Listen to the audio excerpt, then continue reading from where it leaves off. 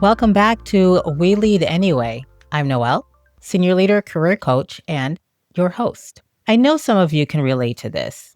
You have a one-on-one scheduled with your manager. You've been looking forward to it, or at the very least, you've been prepared for it. You have things to discuss, updates to give, maybe a concern you've been working up the nerve to raise.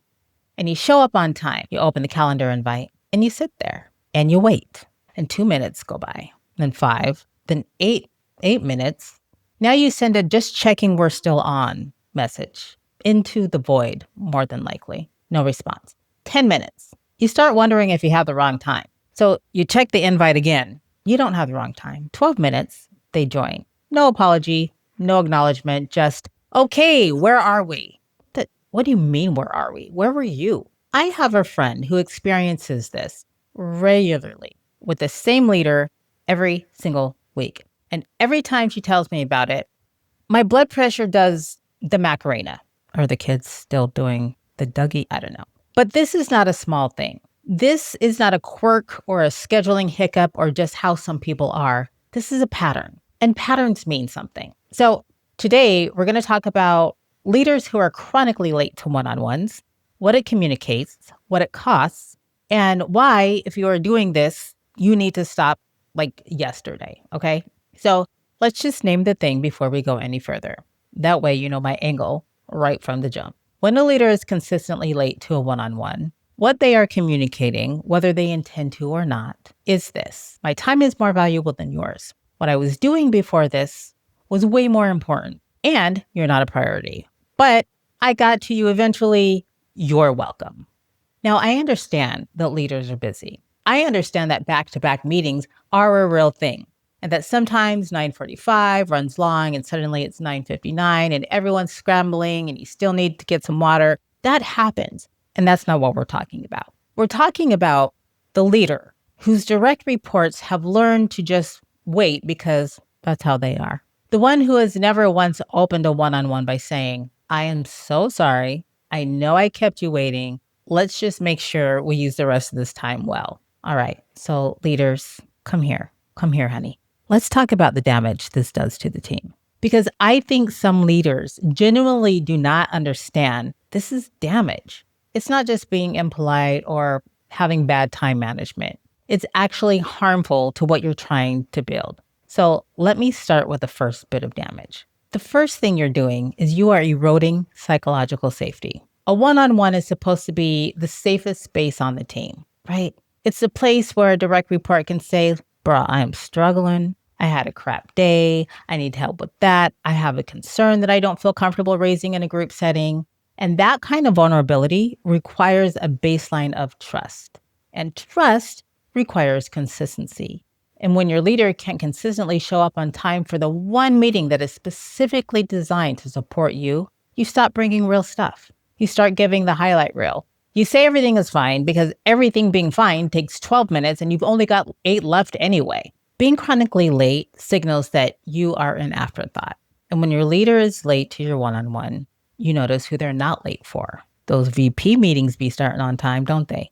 So do the all hands. You notice that the meetings that matter to them, to their visibility, to their career, those meetings, they are there, front and center at 8:59. And you're the meeting they get to when they get to it. And that's demoralizing. And it's not a sign of a great leader. So that's that on that.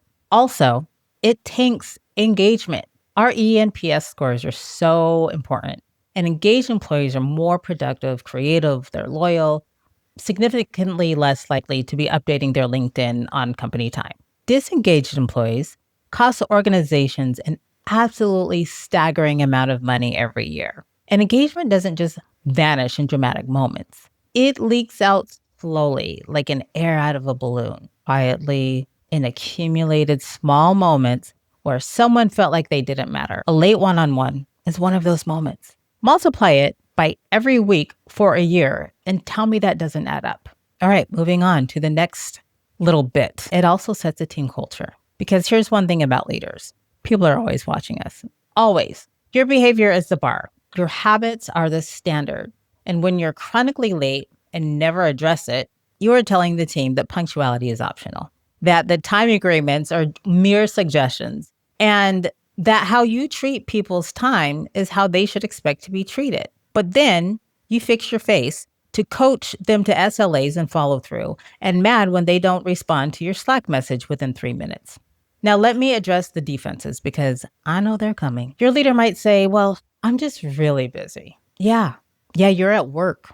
Everyone is really busy, including everyone on your team. Also, if you're not really busy leading your team and supporting them, what are you doing? If you're so busy that you can't show up for your team, consider being an individual contributor or talk to your own leader about being overworked. Now, another thing people say is, I lose track of time. Totally. Your phone has a clock on it. Your computer has a clock on it. The meeting invite has a reminder. You can put 9 reminders if you really need to.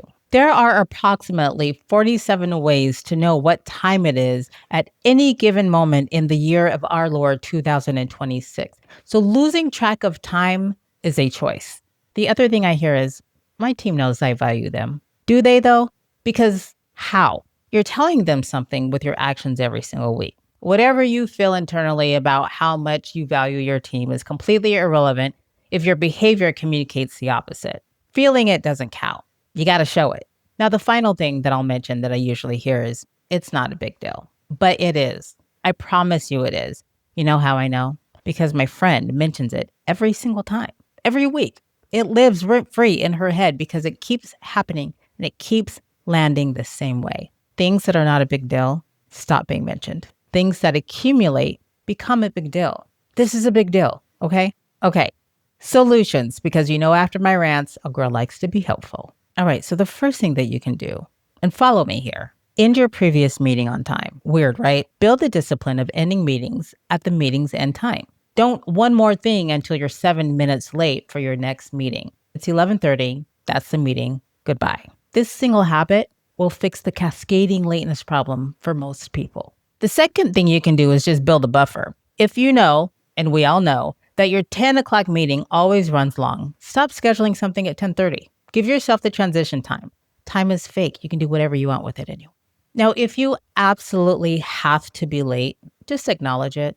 This one costs you nothing, and it can mean everything. Walk in 2 minutes late and say, I am so sorry. I know I kept you waiting. What do you have for me? That's it. That's the whole thing. Acknowledgement matters more than most leaders realize.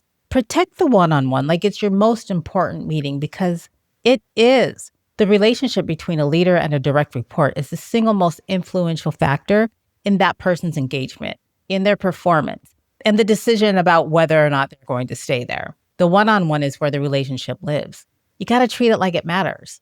You got to ask yourself, what is your lateness really about? Because sometimes chronic lateness to one-on-ones is not actually a scheduling problem at all. Sometimes it's avoidance. One-on-ones require presence, attention, and the willingness to hear things that you might not want to hear. If you're always a little late and always a little distracted or always wrapping up those one-on-ones early, what are you avoiding? Here's the bottom line. Your direct reports are paying attention to everything you do.